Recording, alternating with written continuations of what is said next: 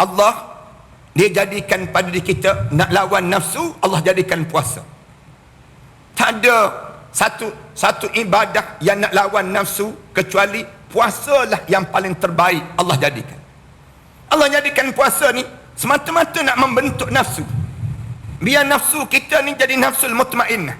Bukan kita nak suruh kita buang nafsu pada diri kita, tidak. Tapi Allah jadikan puasa ni nak suruh kita ni betulkan nafsu, cantikkan nafsu kita. Mula kita olah nafsu kita menjadi nafsul mutmainnah. Macam mana cara? Allah nak suruh selamat dengan cara demikian. Allah jadikan program yang disebut dengan sahur dalam hidup kita untuk membentuk nafsu. Sahur ni program yang Allah jadikan nak suruh bentuk nafsu. Kerana orang kita nafsu kuat tidur. Kuat kita tidur dalam hidup kita. Di antara nafsu kita, nafsu yang payah kita nak bentuk diri kita ni tidur. Tidur ni menjadi satu tabiat, habit yang buruk dalam hidup kita. Islam kan larang kita tidur, tapi tidur sampai kita tak ingat solat. Kita tidur sampai peringkat kita ni banyak sangat ruang masa kita tidur. سنخوض معاركنا معهم وسنمضي جموعا نردعهم ونعيد الحق المغتصب وبكل القوة ندفعهم وبكل القوة ندفعهم بسلاح الحق البتار سنحرر أرض الأحرار ونعيد الطهر إلى القدس من بعد الذل وذا العار من بعد الذل وذا العار سنخوض معاركنا معهم وسنمضي جموعا نردعهم ونعيد الحق المغتصب وبكل القوة ندفعهم وبكل القوة ندفعهم وسنمضي ندك معاقلهم بدبيل دام يقلقهم وسنمحو العار بأيدينا وبكل القوة نردعهم وبكل القوة نردعهم سنخوض معاركنا معهم وسنمضي جموعا نردعهم ونعيد الحق المغتصب. Orang yang paling terbaik. Tapi bila Rasulullah SAW mula bawa Islam, lalu mula datang terus musuh. Musuh ni mula datang untuk menyerang Rasulullah dan juga umat Rasulullah SAW. Wa ma naqamu minhum, mereka tak membenci kamu wahai Muhammad, illa an yu'minu billahil azizil hamid, kecuali oleh kerana kamu beriman pada Allah yang maha perkasa dan juga maha terpuji di kalangan umat makhluk ini sendiri. Oleh kerana demikian, kamu akan berhadapan dengan musuh. Musuh yang utama kita apa dia? Dalam hidup kita ni, Allah mula jelaskan bila masuk dalam bulan Ramadan berdasar pada hadis Rasulullah sallallahu alaihi wasallam. Hadis Rasulullah mula cerita bila masuk saja dalam bulan Ramadan, Rasulullah sebut, qad ja'atkum syahrun mubarak, telah datang pada kamu bulan yang penuh dengan keberkatan. Tuftahu lahu abwabul jannah, dibuka segala pintu-pintu syurga Allah. Wa tughliqu abwabun nar, bila masuk dalam bulan Ramadan ditutup segala pintu neraka Allah. Lalu diajar terus disebut wasuffidatis syayatin, dan digaris segala syaitan-syaitan yang ada. Maknanya dalam hidup kita ni, kenapa yang Rasulullah sallallahu alaihi wasallam sebut tentang syaitan? Ulama-ulama jawab, bila masuk dalam bulan Ramadan, Allah nak ajar kamu sebenarnya sebelum daripada masuk bulan Ramadan, kamu sedang berperang dengan syaitan. Syaitan sentiasa menjadi musuh pada diri kamu. Innahu lakum aduwwum mubin, Allah sebut kamu menjadi musuh yang paling nyata dengan syaitan. Tapi sayang dalam hidup kita ni, berbagai cara yang diajar supaya kita jauhkan daripada syaitan. Orang kita tetap juga dengan syaitan. Dalam keadaan yang kita tahu dah syaitan ni musuh kita, syaitan musuh kita, tapi kita masih lagi dalam keadaan bertahan bersama dengan syaitan di kalangan kita, hidup dengan syaitan. Kita tahu syaitan ni tugas dia satu je, yang dia nak bawa ialah biar manusia ni mati bersama dengan dia dalam keadaan kufur pada Allah, kemudian untuk bersama dengan dia dalam neraka Allah Subhanahu Wa Taala. Ni tugas syaitan. Sejak daripada waktu mana dia jumpa dengan Allah, bagi tahu pada Allah, bila dikeluarkan dia daripada di kalangan orang-orang, di kalangan malaikat-malaikat yang saleh, dia termasuk di kalangan orang yang kufur kepada Allah. Lalu dia berjanji dengan Allah, la udillannahum wa la umanniyannahum wa la amurannahum fala yubattikunna adanahum bil Ni cara syaitan disebut. Aku akan sesatkan umat manusia. Janji dia tu dengan Allah, ya Allah, aku akan sesatkan umat manusia ini sendiri. Sesat ni maknanya apa dia? Sehingga kita tak kenal Allah. Pelik orang kita kan dalam hidup kita. Kita tahu dah syaitan ni musuh kita. Tapi ramai mana orang kita bila dia berada dalam hidup dia sepanjang selain daripada bulan Ramadan, dia boleh duduk dengan syaitan. Dia boleh berkawan dengan syaitan. Dia boleh biarkan syaitan ni menguasai diri dia. Dia boleh biarkan syaitan menguasai keluarga dia. Dia boleh biarkan syaitan menguasai dalam masyarakat dia. Padahal syaitan ni musuh yang nyata dalam hidup kita. Allah bila dia tengok kita ni tak belajar tentang jahatnya syaitan, Allah bagi satu pelajaran yang besar dalam hidup kita. Pelajaran apa yang kita kena? Pelajaran kita kena COVID, para hadirin sekalian. Allah jadikan kena COVID. Kena COVID ni, orang kita kalau tak belajar lagi dengan kena COVID ini, COVID-19 ini, saya tak tahulah apa lagi yang Allah nak ajar dan bentuk pada diri kita. COVID ni satu jenis makhluk yang tak nampak. Yang makhluk ni bahaya. Diajar pada diri kita makhluk ni bahaya. Bahaya tak bahaya dia sampai peringkat kita tak boleh duduk dekat-dekat. Bahaya tak bahaya COVID ini sampai kita kena semayang jarak macam ni.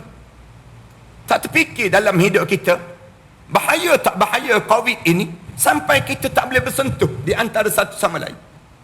Nak gambarkan tentang jahatnya COVID, Allah ajar sama tak nampak je. Syaitan tak nampak, COVID pun tak nampak. Tapi kenapa orang kita boleh faham tentang COVID? Orang kita boleh faham tentang COVID. Orang kita tak boleh faham tentang syaitan. Kenapa? Mana yang lebih jahat, COVID dengan syaitan?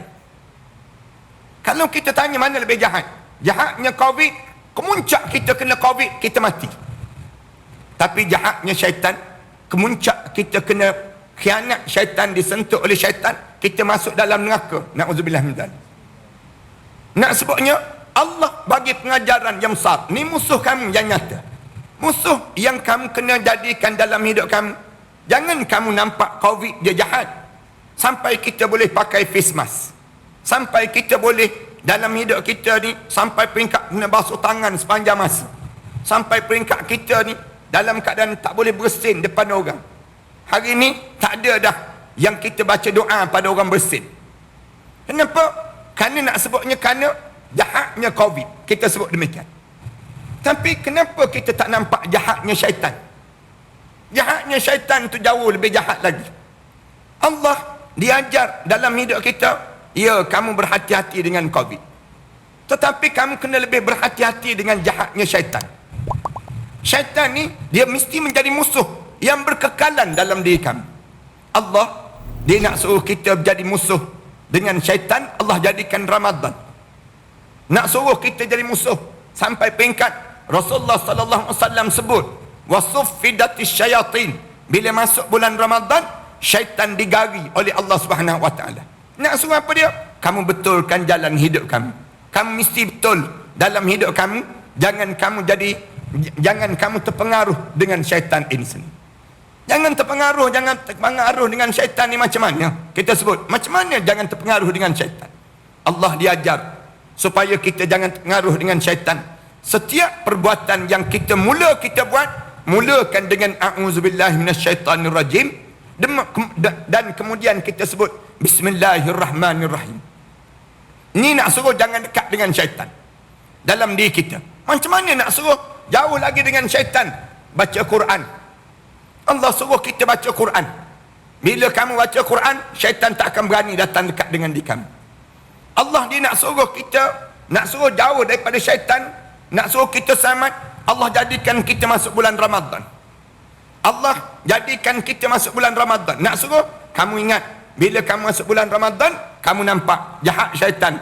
Macam mana cara? Kamu diajar supaya berinfak. Kamu diajar supaya bangun tahajud malam. Kamu diajar supaya lawan syaitan ini, supaya kamu berjaya dalam hidup kamu. Itu cara demikian.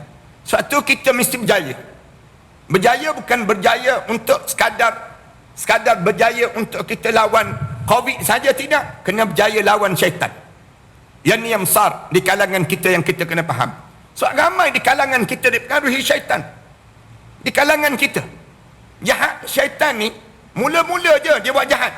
Dah bila dia jahat pada diri kita, mengekal PL perangai yang buruk itu, menyebabkan dia tinggalkan kita. Lepas tu datang musuh yang kedua dalam diri kita. Musuh apa dia? Nafsul lawamah ataupun nafsul ammarah. Datang musuh yang kedua, yang waktu mana syaitan dah tinggalkan kita, dia tinggalkan nafsu yang jahat. Nafsu yang jahat ini akan terus menguasai dalam hidup kita. Allah dia jadikan pada diri kita nak lawan nafsu, Allah jadikan puasa. Tak ada satu ibadah yang nak lawan nafsu kecuali puasalah yang paling terbaik Allah jadikan. Allah jadikan puasa ni semata-mata nak membentuk nafsu. Biar nafsu kita ni jadi nafsul mutmainnah. Bukan kita nak suruh kita buang nafsu pada diri kita, tidak. Tapi Allah jadikan puasa ni nak suruh kita ni betulkan nafsu. Cantikkan nafsu kita. Mula kita olah nafsu kita menjadi nafsul mutmainnah. Macam mana cara? Allah nak suruh selamat dengan cara demikian. Allah jadikan program yang disebut dengan sahur dalam hidup kita untuk membentuk nafsu. Sahur ni program yang Allah jadikan nak suruh bentuk nafsu. Kerana orang kita nafsu kuat tidur. Kuat kita tidur dalam hidup kita. Di antara nafsu kita, nafsu yang payah kita nak bentuk pada diri kita ni tidur. Tidur ni menjadi satu tabiat, habit yang buruk dalam hidup kita. Islam bukan larang kita tidur, tapi tidur sampai kita tak ingat solat. Kita tidur sampai peringkat kita ni banyak sangat ruang masa kita tidur. Tuan-tuan, kalau tuan-tuan kira kita tidur berapa jam setiap hari, ulama-ulama suruh kita kira. Katakanlah umur kita 70 tahun, kita tidur tiap-tiap malam 6 jam hingga 8 jam setiap hari. Sebenarnya kita tidur berapa jam dalam hidup kita keseluruhan kalau umur kita 70 tahun? Ulama-ulama kira kita sedang tidur selama lebih kurang 23 tahun. 23 tahun kita sedang tidur. Tu baru kira tidur malam, baru tak campur lagi dengan tidur dalam majlis ilmu dipanggil. Kalau campur dengan tidur dalam majlis ilmu, lagi lama kita tidur. Lalu Allah nak ajar bentuk diri kamu. Allah nak suruh kita lawan nafsu kita. Macam mana cara Allah nak suruh kita lawan nafsu kita? Allah jadikan sahur. Sahur ni satu program yang membentuk nafsu. Mengajar pada diri kita, berhentilah tidur di saat mana sampai waktu subuh. Tu cara demikian. Macam mana nak suruh kita bangun? Nak suruh kita bangun untuk kita ni, nak suruh kita bangun jaga salat subuh. Allah programkan makan sebelum mana subuh. Makan, Allah gunakan juga nafsul mutmainnah. Nak lawan dengan nafsu ammarah dan juga nafsul lawamah. Dia panggil demikian. Allah bentuk diri kita. Allah tahu manusia kalau sebut bab makan sanggup bangun. Letak 10 jam loceng bawah katil dia. Allah dia nak bentuk demikian pada diri kita. Allah sendiri yang menjadi moderator kepada program Ramadan ini. Sampai peringkat Allah turun sampai ke langit dunia. Dalam hadis Rasulullah sebut, tak pernah dalam di masa-masa yang lain dalam hidup ini kecuali Ramadan, Allah turun sampai ke langit dunia menunggu doa-doa setiap umat manusia meminta dengan Allah Subhanahu Wa Taala. Allah bentukkan program. Program ni banyak sampai Allah bentuk nak suruh kita jaga nafsu kita ni, lawan nafsu, lawan nafsu. Allah nak suruh lawan nafsu lagi, Allah buat program berbuka puasa. Kerana 2 waktu ini orang kita payah nak jaga salat. Subuh orang kita payah nak jaga. Maghrib orang kita payah nak jaga. Allah dia nak suruh jaga solat maghrib, senang je Allah buat. Allah programkan makan sekali lagi. Bila sebut makan, semua balik awal bulan Ramadan. Orang kita balik awal, semua duduk meja makan, tolong isteri ambil makanan, hidang makanan, duduk panggil anak-anak, isteri memandang atas bawah, bau perasan aku ada suami rupa-rupanya. Bulan lain tak pernah tolong isteri, bulan Ramadan tolong pula isteri. Tengok cara Allah nak bentuk pada diri kita. Bulan Ramadan ni duduk meja makan, tunggu saat berbuka, kejap-kejap tengok jam, kejap-kejap tengok jam. Bulan yang paling kerap tengok jam Ramadan ni jadi rajin terus tengok jam. Sibuk tanya orang, maghrib pukul berapa? Maghrib. Bulan lain tak pernah tanya maghrib pukul berapa. Bulan Ramadan mula sibuk kita tanya. Siap kita menunggu saat berbuka ni, duduk meja makan, anak tegur, lambat lagi bang, ada 10 minit lagi. 10 minit lagi dia gaul nasi slow-slow dulu. Dia gaul dulu nasi, nak menunggu saat berbuka ni. Tengok cara Allah nak didik. Allah nak didik lagi kita nafsu. Allah suruh kita salat tarawih. Salat tarawih ni betul-betul lawan nafsu. Betul-betul kita melawan nafsu ammarah yang ada pada diri kita. Tuan-tuan rasa tak tadi tergoyang kita? Berapa kali kita sembayang pula, lepas pada ni ada tazkirah pula. Nak sebutnya semayang tarawih. Padahal nak semayang tarawih berapa rakaat terpulang. Tuan-tuan nak buat 8 rakaat boleh. Rasulullah buat 8 rakaat. Nak buat 20 rakaat boleh. Sayyidina Umar buat 20 rakaat. Nak buat 30 rakaat boleh. Kerana Sayyidina Osman buat 30 rakaat. Nak buat 38 rakaat boleh. Kerana Umar Abdul Aziz buat 38 rakaat. Semua boleh. Yang tak boleh, yang tak semayang langsung. Kenapa diajar supaya kita salat tarawih? Nak suruh kita lama dengan Allah. Tuan-tuan, tahun lepas Allah dah tutup dah masjid ni. Tahun ni Allah baru buka pula pintu sempit je. Yang boleh datang tu orang-orang terpilih. Kenapa kalian tak rasa bangga boleh datang ke masjid? Patutnya kita rasa bangga lah. Kita tak nak balik lah. Inilah masa kita berpesta dengan Allah. Inilah masa, macam orang masuk kelab malam. Orang masuk kelab malam yang kaki-kaki maksiat. Bila dia masuk kelab malam, khusyuk dia dalam kelab malam. Sampai dia tak sedar pukul 2-3 pagi. Kenapa kita tak rasa sedemikian rupa? Bila kita dengan Allah, kita ada masalah, tuan-tuan. Sebenarnya nafsu kita ada masalah. Kat luar sana lebih tertarik dibandingkan yang berada di dalam ini. Jamuan di dalam ini tak indah, manakala jamuan di luar sana cukup indah. Nak gambarkan nafsu. Nak semayang tarawih, semayang rehat. Bukan semayang diajar supaya bekerja-kerja, tidak. Tuan-tuan jangan set masa. Mesti pukul 10.30 mesti habis. Pukul 11 mesti balik. Jangan demikian. Bila kita bertarawih ni, inilah masa kita nak tunjuk pada Allah. Ya Allah, aku sanggup berdiri selama mana pun. Jangan aku berdiri lama di padang mahsyar nanti, ya Allah. Di dunia kita berdiri untuk kita dapat keringanan kita di padang mahsyar Allah nanti. Rasulullah bertarawih, tuan-tuan. 8 rakaat Rasulullah pun menjelang subuh baru habis salat tarawih Rasulullah. Kita ni malam ni kira paling laju dah kita ni, dibandingkan dengan zaman Rasulullah. Rasulullah tarawih Rasulullah 8 rakaat. Huzaifah cerita, satu malam aku salat dengan Rasulullah. Rakaat yang pertama Rasulullah baca surah Al-Baqarah. Bila aku dengar Rasulullah baca surah Al-Baqarah, aku jangka 100 ayat. Mesti Rasulullah akan rukuk. Tak. Rasulullah bagi habis 286 ayat surah Al-Baqarah tadi. Kita tadi tak habis-habis pun surah Al-Baqarah. Nak sebutnya bacaan, imam baca begitu je. Rasulullah bila habis 286 ayat, Huzaifah kata, mesti Rasulullah rukuk. Tak. Rasulullah sambung baca surah An-Nisa. Habis baca surah An-Nisa, katanya Huzaifah, aku ingat Rasulullah rukuk. Tak. Rasulullah ulang balik baca surah Al-Imran. Habis surah Al-Imran, barulah Rasulullah rukuk. Selama mana Rasulullah rukuk? Selama mana Rasulullah qiyam tadi. Kemudian Rasulullah intidal. Selama mana Rasulullah intidal? Selama mana Rasulullah rukuk tadi. Allahu Akbar. Kita ni kalau solat dengan Rasulullah lah, rasa malam tu balik jalan mengangkang tak kena. Sambil taubat nasuha kita. Sampai pernah solat macam ni. Kita imam baca sabih isma rabbikal a'la pun nak marah dah. Inna a'tayna je Pak Imam tu. tak pun inna anzalna. Nak sebutnya, tolonglah bentuk nafsu ni. Allah, dia nak suruh kita bentuk nafsu kita, tolong infak, tolong bersedekah. Dalam bulan Ramadan ni, janganlah kita tak seringgit pun lagi bersedekah.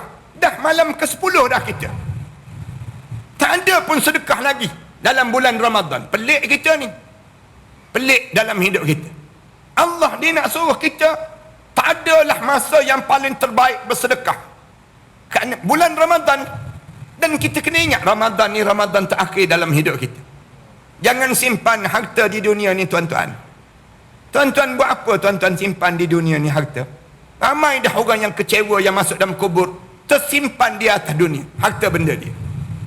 Tuan-tuan nak jadi sebahagian mereka kah yang menyesal sebagaimana mereka yang menyesal masuk dalam kubur Seksyen 21 tu, yang masuk dalam keadaan yang mereka tertinggal harta di atas dunia? Harta kita kena hantar ke akhirat, jangan simpan di atas dunia. Pelik orang kita cari-cari harta. Orang tanya, cari-cari harta untuk siapa? Saya cari harta untuk bekalan hari tua. Siapa yang ajar? KLBSP Ustaz disebut. KLBSP ajar simpanan bekalan hari tua disebut. Jangan simpan untuk hari tua. Simpan harta untuk ke syurga. Simpan harta ni, ingat betul-betul saya sebut ni. Simpan harta untuk ke syurga. Hantar semua harta-harta kita ke akhirat Allah. Jangan kita simpan harta untuk dunia. Jangan. Ramai dah di kalangan kita simpan sampai hari tua dia mati, dia masuk dalam kubur, dia tertinggal ada atas dunia ni sini. Harta benda dia. Dah orang lain berebut harta dia dan dia terseksa dalam kubur selagi mana tak selesai masalah harta dia. Jangan tuan-tuan. Orang tanya simpan untuk apa? Hari tua. Sekarang tak tua lagi ke? Baru nak tua disebut. Baru nak tua.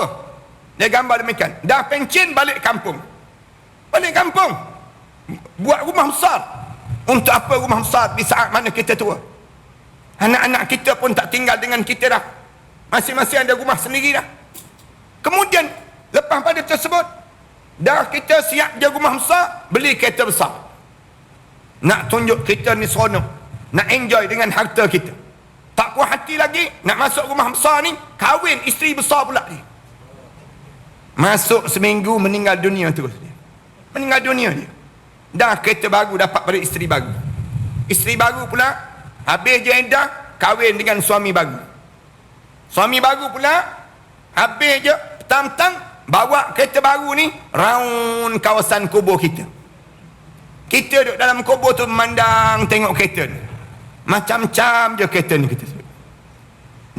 Dia round saja tak apa juga, dia horn tu sakit hati. Bila dia horn tu rasa nak jadi hantu maklimah balik ke rumah je kita. Jangan kita, pastikan kita berjaya membentuk nafsu menjadi nafsul mutmainnah. Ni kena faham konsep ini. Yang ketiga musuh kita siapa? Orang kafir yang sentiasa yad'una ilan nar. Ulaika yad'una ilan nar. Orang kafir yang sengaja mengajak kamu menjadi kamu terhumban ke dalam api neraka Allah. Jangan percaya dengan kafir tuan-tuan. Pelik orang Islam. Dia Islam, dia percaya dengan kafir. Dia tak percaya dengan Islam. Orang Islam ni orang Islam. Allah dah sebut dah. Ulaika yad'una ilan nar. Orang kafir ni sentiasa mengajak kamu untuk kamu terhumban bersama dengan dia dalam api neraka Allah. Wallahu yad'u ilal jannah. Allah sendiri mengajak kamu untuk masuk syurga. Pelik kamu dalam hidup kamu. Kenapa kamu tak boleh nak beza di antara ajaran Islam dengan ajaran yang tidak Islam? Orang Islam tak percaya pada Islam. Orang kita percaya dengan nasionalis. Orang kita percaya dengan sekularis. Orang kita boleh percaya dengan pragmatis, komunis, segala izm selain daripada Islam. Kita orang Islam kan, bila kita orang Islam percaya pada Islam lah, kenapa kita pergi percaya dengan nasionalis? Nasionalis tak boleh tolong kita dalam kubur. Mana boleh tolong? Ada ajaran sekularis boleh tolong kita dalam kubur. Ada ajaran Syiah boleh tolong kita dalam kubur. Ajaran sesat selain daripada Islam ni, yad'una ilal nar, mengajak kamu dihumban ke dalam api neraka Allah. Wallahu yad'u ilal jannah, Allah mengajak kamu kepada masuk dalam syurga Allah. Macam mana Allah nak mengajak kita? Allah bagi Islam. Satu dalam hidup kita, jangan cari selain daripada Islam sebagai satu cara hidup. Wa man yabtaghiral islami dinan falan yuqbala min. Siapa yang cari selain daripada Islam sebagai satu cara hidup dia, Allah tak akan terima. Wa huwa fil akhirati minal khasirin. Dia masuk dalam kubur nanti dia akan menyesal. Saya pelik orang Melayu Islam kita ni, dia tak percaya dengan Islam. Pelik kan? Ramai kan orang kita pergi ke bank, pegawai bank tanya, nak buat loan cara Islamik ke cara konvensional? Dia tanya balik pegawai bank sebut, mana yang untung? Dia tanya, mana yang untung? Pegawai bank ni dah bagi tahu dah, ni cara Islam, ni cara kafir. Mudah je untuk kita nak faham. Dia benda yang jelas dalam hidup kita. Islam ni benda yang jelas. Orang kafir dengan cara dia, lakum dinukum waliyadin. Bagi kamu agama kamu, bagi kami agama kami. Ni cara dalam hidup kita. Jangan sampai peringkat kita ni, orang Islam tiba-tiba tak percaya pada Islam. Dia boleh pertikai para alim ulama. Orang kita dia boleh pertikai yang disebut dengan Al-Quran. Al-Quran pun dia pertikai. Sampai dia terikut dengan hermeneutika Al-Quran. Pelik orang Islam, dia pertikaikan Al-Quran. Ni puak-puak liberalis yang sedang rasuk dan masuk di kalangan masyarakat kita pada hari ini. Ni musuh yang ketiga.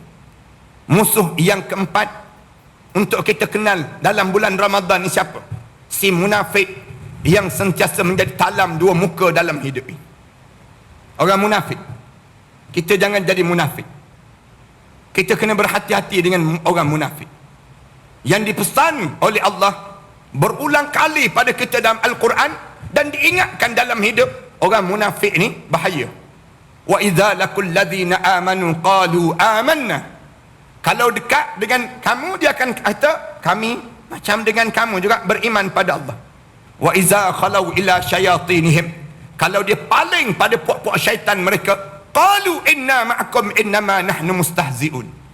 Sesungguhnya kami bersama dengan kamu, kami kelentong je pak-pak lebay tersebut.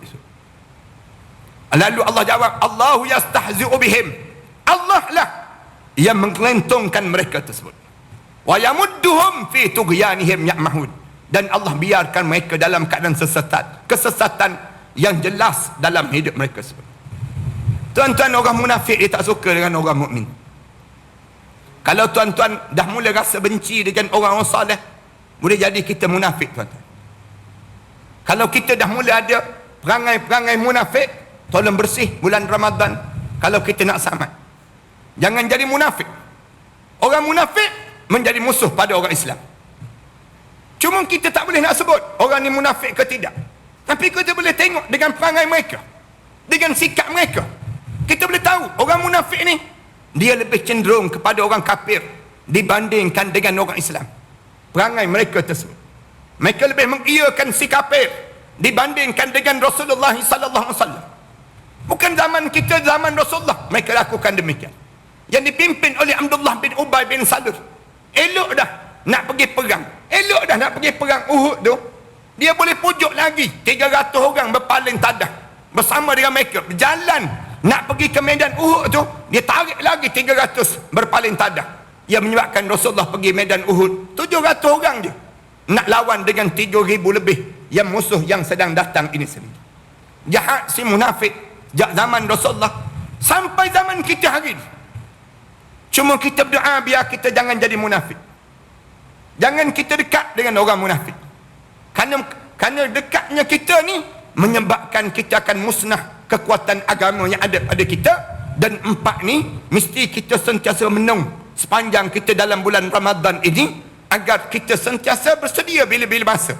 Bila diserang saja, kita tahu macam mana pertahanan yang perlu kita lakukan untuk menyelamatkan kita daripada musuh-musuh yang sedang menyerang umat Islam pada saat yang sebegini. Saya rasa sekadar inilah, mudah-mudahan Allah jadikan tazkirah kita pada malam ini menjadi intibar yang baik pada diri saya dan tuan-tuan. Berdasar pada ayat yang dibaca oleh imam sebentar tadi, saya tolong ulaskan sikit dasar pada apa yang kita dengar imam baca cantik dan indah tadi, teratur elok bacaan yang dibaca tadi tu, kita ambil pengajaran daripada ayat ini, nak mengajar pada kita. Alhamdulillah, Allah kurniakan pada kita nikmat yang disebut dengan nikmat Islam untuk melawan musuh lebih kurang 4 golongan yang disebut dalam Al-Quran ini, untuk kita bentuk kembali diri kita menjadi orang yang berbahagia. Bahkan kita harap semua yang hadir pada malam ni di kalangan ahli syurga Allah Subhanahu Wa Taala. Mudah-mudahan kita dapat nikmat demikian, insya-Allah. Saya rasa cukuplah. Saya tengok tuan-tuan dah betul tulang belakang 7 kali dah saya kira. Jadi kita berhenti cakap ni lah. Mudah-mudahan Allah rahmati pertemuan kita dan Allah masukkan kita di kalangan hamba Allah yang saleh. Tuan-tuan, sebelum kita berdoa ni, kat belakang tu ada buku yang saya baru karang. Baru je keluar ni, panah-panah lagi. Kitab Ru'yah Syar'iyah.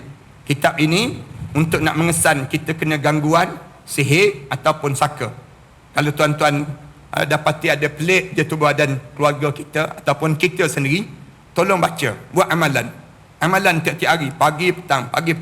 Ataupun baca, ambil tangan kita, letak atas ubun-ubun kepala anak kita, ataupun isteri kita, ataupun pasangan hidup kita ni, baca ayat-ayat yang saya susun ini. Ayat-ayat ni terdiri daripada ayat Quran dan juga doa-doa ma'sur yang datang daripada Rasulullah sallallahu alaihi wasallam yang dibaca oleh di kalangan para alim ulama. Tuan-tuan buat amalan. Kalau tuan-tuan baca, dia menggetar pening kepala, dia rasa nak rebah, dia rasa menangis seorang-seorang, itu tanda sedang berlaku gangguan. Teruskan bacaan. Jangan berhenti. Teruskan baca. Sehingga kan perkara tersebut dia keluar. Sehingga kan dia termuntah ataupun dia terbuang air. Kadang-kadang dia sampai peringkat dia ni dalam keadaan terjatuh, tertidur. Tuan-tuan terus baca juga. Mudah-mudahan lama-lama akan hilanglah gangguan-gangguan yang sering kali terjadi dalam masyarakat kita pada hari ini. Saya terpaksa buat macam ni kerana orang kita ni ramai sangat terlibat dengan ilmu sihir. Dia terkena sihir, dia tak perasan dia kena sihir.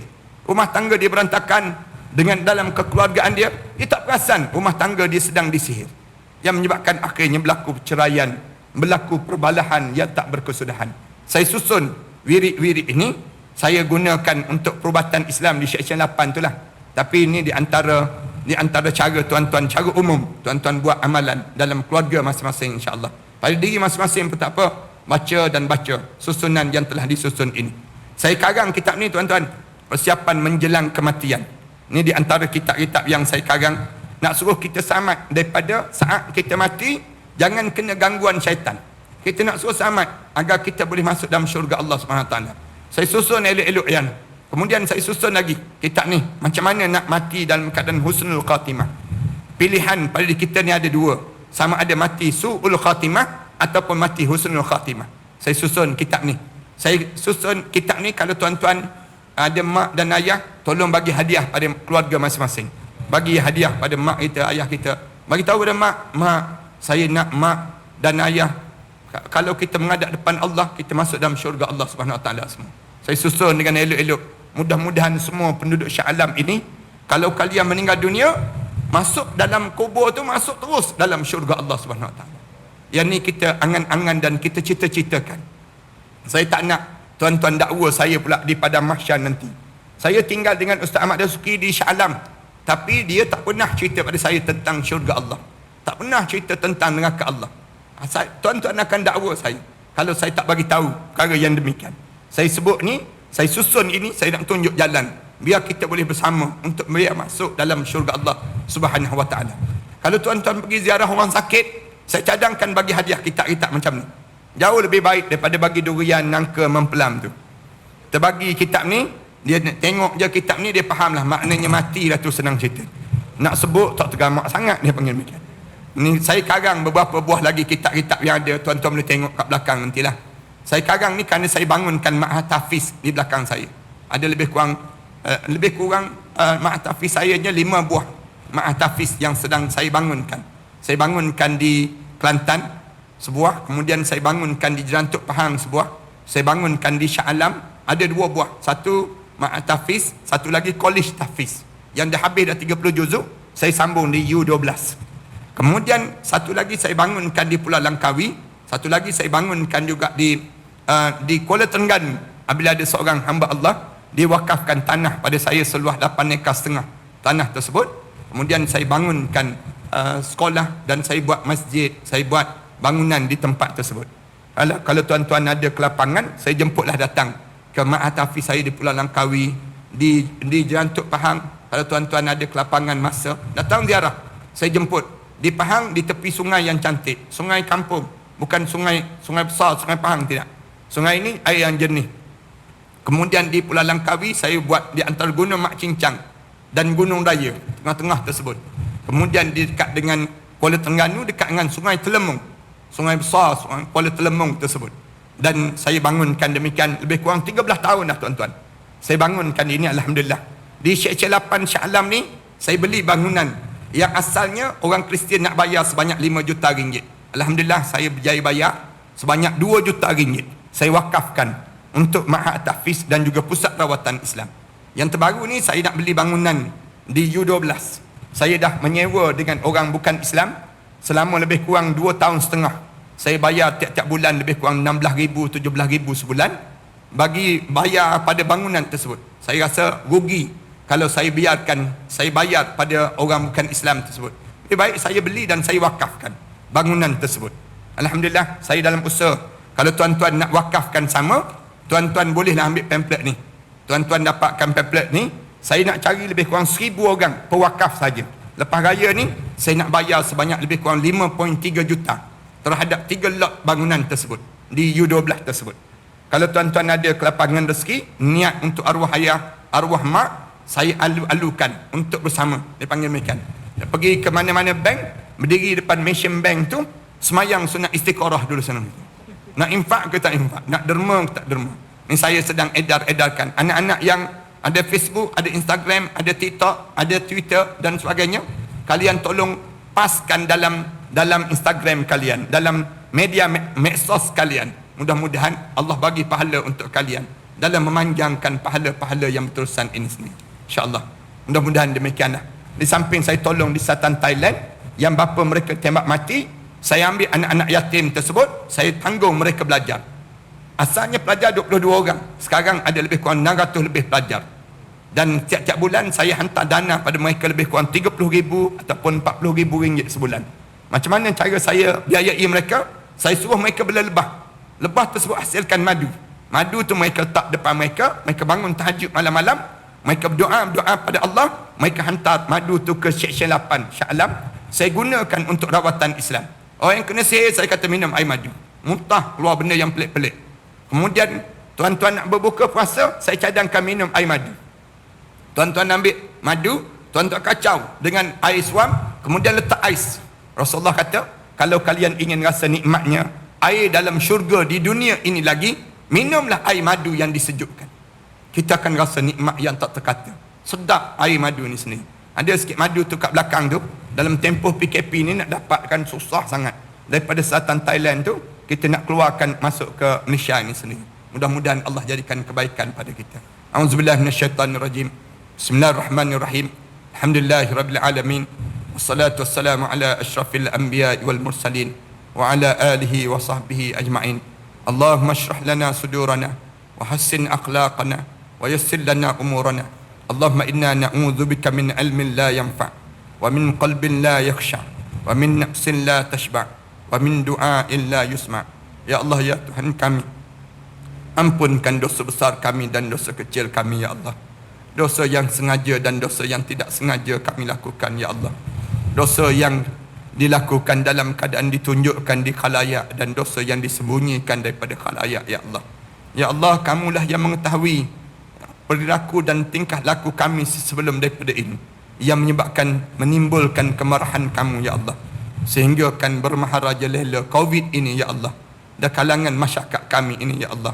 Kami tadahkan tangan pada malam yang baik ini, ya Allah, agar kamu jadikan keampunan kamu mengatasi daripada kemarahan kamu, ya Allah. Kamu jadikan keampunan kamu mengatasi kemarahan kamu, ya Allah, sehingga kan COVID ini hilang daripada kehidupan kami di bumi Malaysia ini, ya Allah, khususnya dan di bumi-bumi yang lain amnya, ya Allah.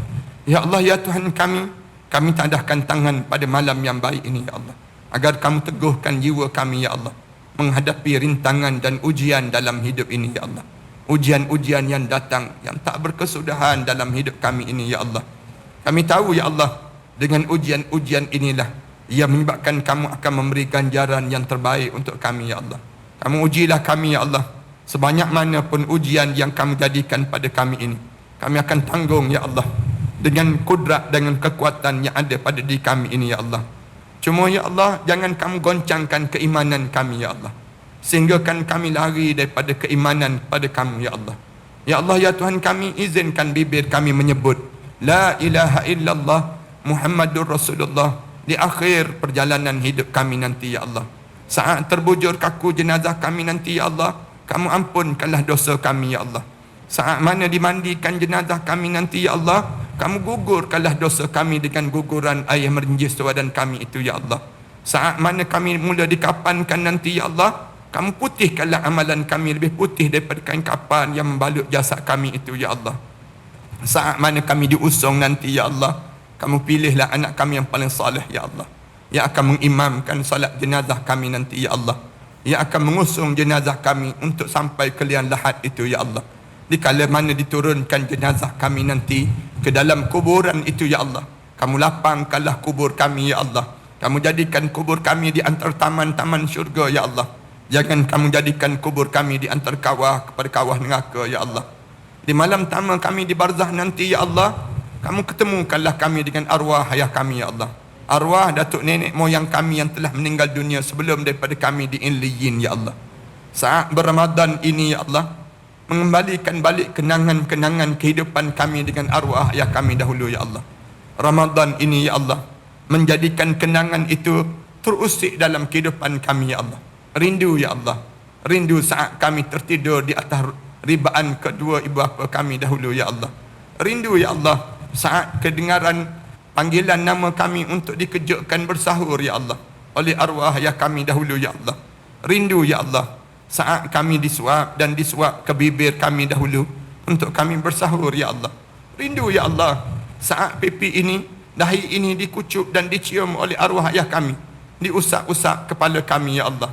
Rindu ya Allah saat mana kami bangun di penghujung malam ya Allah, kedengaran esakan tangisan arwah ayah kami ya Allah, mengharapkan keampunan dosa-dosanya itu ya Allah. Rindu ya Allah, rindu saat kami membesar dalam kekeluargaan yang indah itu ya Allah. Ya Allah, sayangnya hanya tinggal kenangan dalam hidup kami ya Allah. Ibu kami, ayah kami dalam keadaan menunggu-nunggu doa-doa daripada doa anak yang saleh ini ya Allah. Jadikan doa kami ini doa anak yang saleh ya Allah, yang mampu untuk melapangkan kuburan arwah ayah kami itu ya Allah. Angkatkanlah darjat mereka itu ya Allah. Jadikanlah belah ihsan kamu ya Allah yang terbaik untuk kedua ibu bapa kami ya Allah. Angkatkanlah darjat mereka setinggi-tinggi darjat ya Allah, dalam mereka mengasuh dan mendidik kami ya Allah, menjadikan kami umat yang sentiasa taat pada kamu ya Allah. Ya Allah ya Tuhan kami, ampunkan dosa kami terhadap kedua ibu bapa kami ya Allah, khususnya dosa kami terhadap ibu kami ya Allah. Seketika dahulu ya Allah, kami mengakui kami pernah bercakap kasar di hadapan ibu kami ya Allah. Kami pernah menengking kata-kata ibu kami ya Allah. Kami pernah mengguriskan hati ibu kami ya Allah. Kami pernah bercakap kasar di hadapan ibu kami ya Allah. Kami tidak sengaja ya Allah, kami tidak sengaja ya Allah. Ampunkan dosa kami di kala itu ya Allah. Ampunkan dosa kami di kala itu ya Allah. Kami tidak sengaja melukakan hati ibu kami ya Allah. Ya Allah, kerana dosa-dosa itukah pula ya Allah yang menyebabkan anak-anak kami enggan mendengar kata bicara kami ya Allah. Kerana dosa-dosa itukah pula ya Allah yang menyebabkan doa-doa kami tidak didengari lagi di sisi kamu ya Allah. Kerana dosa-dosa itukah pula ya Allah yang menyebabkan solat kami tidak sekhusyuk dahulu lagi ya Allah. Kerana dosa-dosa itukah pula ya Allah yang menyebabkan doa-doa kami tidak didengari dan dipandang sepi oleh kamu ya Allah. Kerana dosa-dosa itukah pula ya Allah hati kami ini menjadi sekeras batu ya Allah. Kerana dosa-dosa itukah ya Allah, kerana dosa-dosa itukah ya Allah. Ya Allah, seburuk mana pun kami ini ya Allah, sekeji mana pun kami ini ya Allah, sejahat mana pun kami ini ya Allah, sejijik mana pun dosa-dosa yang pernah kami lakukan di dunia ini ya Allah, pandanglah kami dengan pandangan rahmat kamu ya Allah. Pandanglah kami dengan pandangan rahmat kamu ya Allah. Pandanglah kami dengan pandangan rahmat kamu ya Allah. Pada siapa lagi kami mampu mengadu doa ini ya Allah, kecuali kamulah yang maha mendengar setiap rintihan hamba-hambamu ini ya Allah. Rabbana alaika tawakkalna wa ilaika adabna wa ilaikal masir. Rabbana atina fid dunya hasanah wa fil akhirati hasanah wa qina adzaban nar. Sallallahu ala Muhammad wa ala alihi wa sahbihi wasallam. Walhamdulillahi rabbil alamin.